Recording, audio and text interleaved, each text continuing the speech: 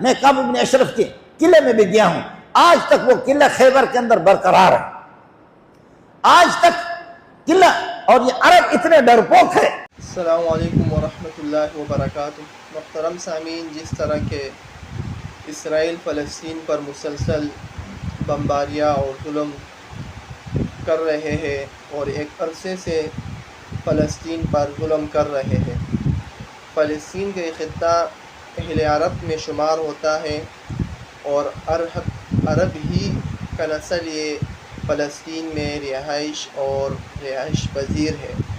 تو جب یہ اہل عرب پر ہی ظلم ہے تو اہل عرب خاموش کیوں ہے اور اسرائیل کے اس ظلم کا جواب کیوں نہیں دیتے؟ اس کے بارے میں حضرت مولانا منظور مینگل صاحب نے اپنے بیان میں ایک خوبصورت بات کی ہے۔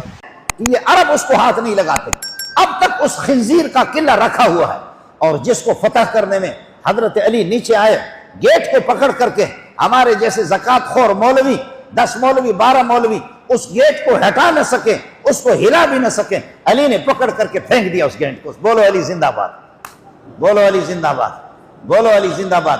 میں وہاں پر جا کر کے اس گیٹ کے جہاں پر ان کا گیٹ تھا اس کو دیکھ کر کے آسمان کی طرف دیکھ کر کے رونے لگا۔ میں نے کہا علی تیری غیرت اور شجاعت کو سلام، منظور تیرے بزدلی پہ کروڑوں لعنتیں ہیں۔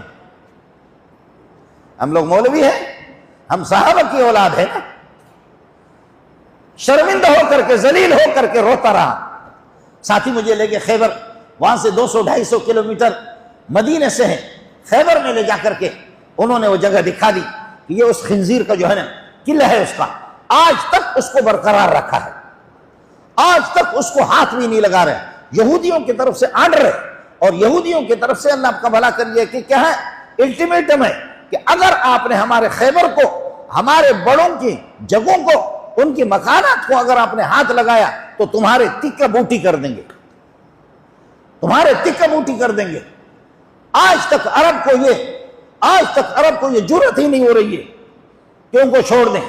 لیکن حضرت عمر رضی اللہ تعالیٰ عنہ نے نبی کے زمانے میں جب خیبر فتح ہو گیا، اور اس کے بعد پھر یہ ہے کہ حضرت عمر نے جلا وطن کیا ان کو، ان کے بڑے بڑے سرداروں نے کہا، رسول پاک نے فرمایا ہم آپ کو ابھی، یہ خیبر ہمارا ہے، یہ ہماری ملکیت ہے، یہ مکانات ہمارے ہیں، یہ چشمے ہمارے ہیں، یہ کھجوروں کے درخت ہمارے ہیں، یہ زمینیں ہماری ہیں، آپ کی حیثیت ہاری کی ہے، آپ کی حیثیت ہاری کی ہے، ہم آپ کو رکھیں گے، نقرکم ما اقرکم اللہ، جب تک اللہ چاہے گا ہم آپ کو برقرار رکھیں گے۔ تم بدماشی جب تک نہیں کرو گے ہم محمد، میں آپ کو چھوڑوں گا، لیکن اگر بدماشی کریں گے تو آپ کو نکالیں گے۔